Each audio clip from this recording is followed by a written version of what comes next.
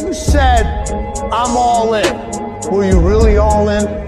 Let me tell you what the cost of being all in is. Early mornings, late nights, being misunderstood, having very few friends, being your own cheerleader. Are you those things? All right, so we are going back into work tonight to work on a little bit more with the trailer. There's just so much on my plate right now. It is crazy. The race car is the last thing I can even think about. What we're gonna do tonight is we're gonna make progress on the trailer a little bit more. The trailer is at the shop, but we need to get our stuff cleaned out of the old trailer. Now is the time to clean out the old trailer finally and put everything over into the new trailer. Maybe organize it, maybe not, but I have somebody that possibly might come take a look at the old trailer tomorrow on lunch, and I don't want to be caught with my pants down per se, and somebody roll up cash in hand ready to hook to the trailer and roll, and the trailer's full of my crap, and I have to panic and dump everything out, which I will sling everything onto the concrete when it comes to counting cash. I've done it with trucks and I'll do it with a trailer. Some of y'all have probably been wondering how I'm liking the Cummins. I'm really liking this one. So it's still, the AC is still acting up. Ice cold right now. I actually have to have it turned down. But then in the hottest part of the day, it will not want to work. It'll be in and out. It'll cut in and out. It'll work for 1 minute, and then 1 minute it won't. It's crazy. But at nighttime, morning hours, all that time, it's ice cold. So I don't know what's going on with it. My mechanic that I use for complicated stuff per se is going to take a look at it. But I'm digging it. We got some big plans for this one. Also, pretty cool project that I'm working on behind the scenes that y'all also don't know about. So stay tuned. All right, so we're gonna park this guy. Grabbed our Colorado keys. Even got Colorado tag on it. This little guy right here, I bought from the salvage sale with a wrecked front end. It was nasty. It was wore out. This has been the best money ever spent. Is this little truck for around here? How tight our shop is. It is absolutely perfect for our needs, and especially for stuff like this. So we're gonna pile everything in the bed of this one. As you can see, my trailer's out front for sale, and the other trailer is out back. So let's get everything piled in the bed of this one and moved to the new trailer. Also, the heat. Y'all drop in the comments how the heat is in your area, because I'm always curious how different people that watch all over the U.S.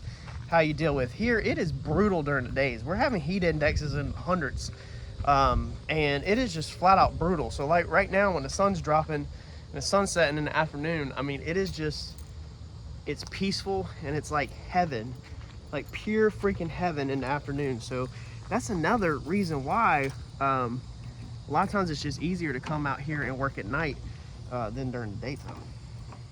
Man, I feel like I'm homeless. I didn't know that I was this prepared. I mean, that's the whole bed of a Colorado. I mean, I knew this little trailer, this little 20-foot V-nose, that would carry my whole race car, as y'all seen. The whole race car fit in there. Plus we put a couple more items in there. Plus all this stayed in there all the time. I mean, this is a freaking bed full. And I try to be prepared. Everything I see John, Randy, people around me mess up with, not have at the track, I immediately put a note in my phone, and I'm like, when you get home, add this to the trailer, or before you go out next time, add this to the trailer so you don't make the same mistakes. And that's how I have all this stuff, and haven't even been to the track but maybe 6 times with the car, 5 times or something, and probably 6 times, and already have all this stuff prepared, trying to be. All right, pull back there. Let's try to at least get this in the other trailer. My feet are getting tore up out here, I guess from bugs. And man, even though it is freaking nighttime, I'm still sweating my butt off. Let's turn this thing around. All right, so as you can see, the trailer's gone out front, the other one. So that other trailer, remember we did that on the channel a while back. We bought that trailer for $450 at IAA. That was out the door. I was out the door with fees and everything for $450 on that trailer. We sold that one for $6,000 yesterday. Now I was in that one under $3,000 because the buy-in was so low, you know. So you start out with $450 and it's not hard to redo a trailer and be under $3,000. So that one was definitely a good deal. The other night when I was working here, I literally hauled tail out of here because it was so late. The bugs were killing me. It was just all around annoying. I guess Eddie unplugged my power. I don't have power in my trailer. Yep, my drop cord's gone. So somebody unplugged my thing. But we got all of our stuff moved in, a lot of it yesterday, the other night. So we got rags. We still have that junk from working on the trailer.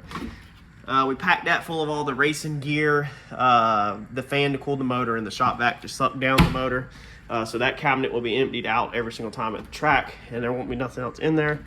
And then this one's just full of odds and ends, some boxes. I still got a lot of organizing to do, but everything fit in here beautifully. I'm so stoked about this trailer, even though it's not as big as I want to be at eventually. But like before, I didn't have the luxuries, you know, of a nice toolbox and all that. I just kind of had everything hit all over the place. Still got lots of room to grow, but yeah, now I'm just curious if our golf cart's going to fit in here with the race car. That is one thing I don't know. Even if it don't, I'm still much happier with this and just the race car, you know, because we could fit scooters or pit bikes or something up here, so we can still make something happen. We still got more work to do in the trailer though. I just kind of chilled because I didn't want to get in too deep. I got to do a box or something right here for all of our chairs, you know, and odds and ends. But besides that, I don't think there's anything else. I need to build or probably build a fuel jug holder for probably up there beside the door, odds and ends like that. And what I've done with this time is I basically copied a design I seen off eBay with these strips of aluminum right here. So this aluminum 90, and then you just drill holes in them and then you hook it, so it's a lot cleaner than the first design we had. So let me get this table and we're gonna get out of here for today. But I figured I would just show y'all, since I didn't get to show y'all the other night because I was in such a hurry to get out of here due to it being late. Now with us being, let's see here, the current trailer with 5,100 in, so we sold the other trailer for 6,000. Leaves us with 900, so we are stocked to what you just seen. We are where you just seen with 900 left over. The last trailer we obviously doubled our money on. This trailer we bought in, I think we bought this thing at 28 or 3,000. You'd have to look back at the first video, maybe even 32. I don't remember, but the original cash loan that I borrowed to go get the trailer was 37. So I'm 51 total in this trailer right now with 900 left over, and that 900 is going to get ate up. We need to grab the diamond plate. We're going to put in the floor of this one diamond plate for the tires to roll across. We're not going to do that grip tape stuff because I had an issue with that last time, the glue pulling it up. The sheeted diamond plate local is 160 bucks. We'll get the place, we'll get Southern Metals. Man, this white dually is bumpy. We'll get Southern Metals to chop it up into our long sections so that we're not cutting it by hand. They have giant shear press. That's 160 bucks, and then we need to put I want to put an electric tongue jack on it. It's another 150 bucks, so there's 300 out of our 900 right there. Leaves us with about 550 after taxes and everything, probably about 550 bucks left to play with on the trailer. I don't know exactly where that's going to go yet. Maybe some more pit pal accessories. Normally I like to put all my money back in. I like to reinvest it. So if I sell my trailer, I like to take my money that I sold from the trailer and reinvest it back into the new trailer. As you can see, the trailer over here is limping on one wheel. Now this thing we redid on this channel. This side we got it on the jacks. Both tires are off. The wheels were ugly. They were straight ugly. Important little details make your trailer look good. Like we went over painting your tongue so it's not rusty and looks like crap. These are small details that can really put some life back into your trailer. So what we're doing today, we still need to do this side door. I just don't have enough time, y'all. Is we're addressing the wheel situation. So when I got this trailer, I went outside and I looked at a wheel, got the size off it, ordered 4 tires. My luck, I looked at the one wheel that somebody put on wrong. It was a 14-inch rim. I ordered a whole set of 14-inch tires. That was wrong because the other 3 was 15s. So I recently sold them, got brand new tires in, and we got them in. So today's the day where we're gonna work on our rims. So we got all of the 15s taken off. We had to grab another 15. I got some trailers back here off of another old one. And so we're pulling 4 crappy tires off of 4 15-inch rims. We're refinishing these wheels, and then we're putting 4 brand new tires on it. So let's roll. So these are the wheels we're working with. This one I just put into bead breaker. If you don't have a tire machine, obviously a lot of DIY guys are not, just take it to a tire shop, get them to go ahead and take your tires off. And probably if you're in the same situation as me, most of yours are gonna be trash. 3 of these are trash. We're gonna save 1 tire as a spare because it's not that bad. Our rims have some issues on them. A lot of these just need to be scuffed up, but like this one right here actually has some pretty gnarly rusted paint. I don't think the rim's rusted or sacrificed, you know, the strength of it we're gonna see. But we're gonna fix all of this and make these things actually look good and not like crap. The other one, two of these actually are perfectly fine. They just need scuff and sprays, these 2. This one needs a little bit of work. So let me finish getting these busted off, and then we'll clean these wheels up, and I'll show you how to prep these for paint. All right, so we got all 4 of our wheels off, and then notice this issue. That one right there is one I pulled out of, I don't even know where it come from. I don't even remember if it come off the trailer, if that was a spare. But you can see it's got this little blue line around it. I think this is like a Jeep wheel from like Summit or Jags. There's an old steel wheel, because you can see that it is taller than the other wheels. You can also see that the lip is a little deeper than like your trailer rims. This is a lot taller. So what we're gonna do, this was off my open trailer. Like I said, I've got wheels laying all around. This is brand new, never been ran on the road, but the design and size matches this. So we're gonna paint all 5 of these, and the 4 trailer wheels are gonna go on the trailer, and then the wide one is gonna go inside the trailer as a spare. So I've got 4 new tires, plus this one, it's a whole new setup. So everything right here will be painted to match, and everything will have brand new tires on it.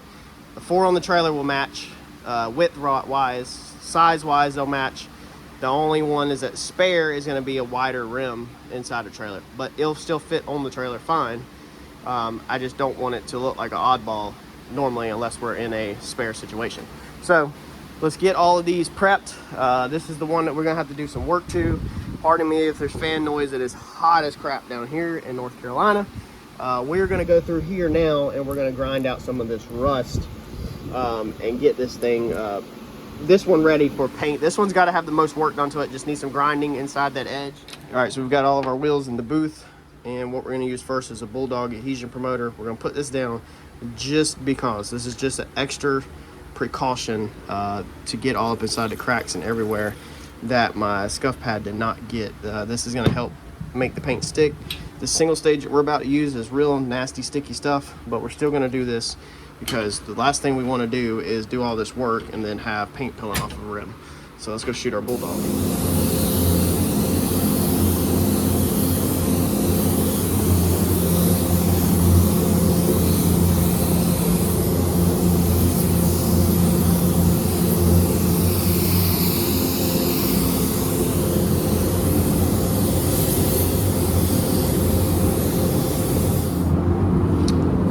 Yes, on these right here where the metal is, you should be using a product to go over it, but I'm not really worried about it on these. Now on that raw metal, if you wanted to use a etching primer like this, a self-etching etching primer, so that this will bite into the metal, you could do that. Or you can even use a Pour 15 metal prep. So this also etches and is rust neutralizer. I'm just not worried about it on this job. This also has to be put on and then rinsed off with water. I just don't have time for that today. I'm trying to bang this out and get out of here. We're putting some cheap single stage over it. I'm not gonna go over how to mix this stuff because it's gonna be different for whatever you're using. Mine's an ALK 200. There's the part number. I don't know where you can get this from in your area. Here, my local supplier sells this, and I think this is like $15, $25 a quart. So you can probably pick up cheap single stage off of Amazon or eBay or your local supplier. You could even use something from Lowe's or Home Depot, such as a metal paint and a Harbor Freight paint gun. What paint you choose to use, just follow the manufacturer's mixing instructions and flash times on it, because everybody's gonna be different. I'm using this was left over from our first trailer. We're literally still using it. My employee painted his trailer rims with it the other week. So we're just trying to use up some cheap stuff. That's the reason why I'm not putting a lot of time or money into this into this job. So let me get this mixed up and then the gun, and let's shoot 1 or 2 coats on these rims. We'll probably honestly just shoot 1 good thick coat and then be done with these things.